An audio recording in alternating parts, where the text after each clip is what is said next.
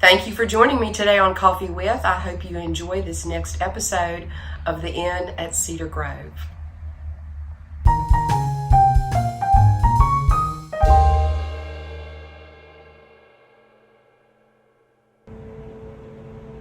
We are back at the Inn at Cedar Grove, and maybe this is an odd way to start a video, but Stephen, tell us what we're looking at.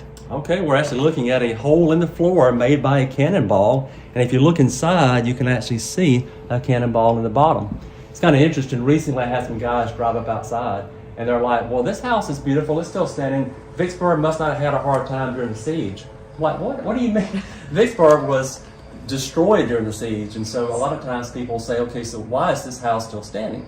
Well, it's our understanding that part of the story why the house is still here is because Mrs. Klein was related to William Sherman, and because of that, she may have had a little influence over this house still staying around. But it didn't minimize the terror by any means, because the house was still shot at. Matter of fact, if you look on the wall over there, there is a cannonball in the wall, been there for a long time. That's one of the things people love to come and see here. On the front door, there's another spot where a cannonball came through.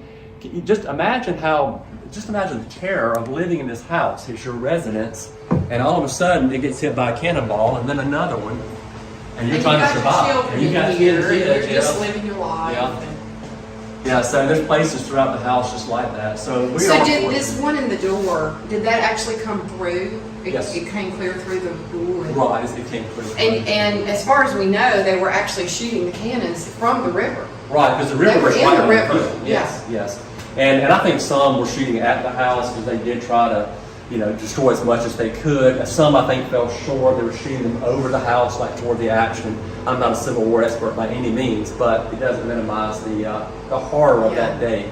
Well, and likely I'm assuming there was probably nothing between here and the river. There probably weren't any other houses or anything. No. This was easily seen. Right, those were the gardens. It was a building to shoot at. So. Yeah, those are the grounds of Cedar Grove all the way down. Well, thank you so much. All right, thank you.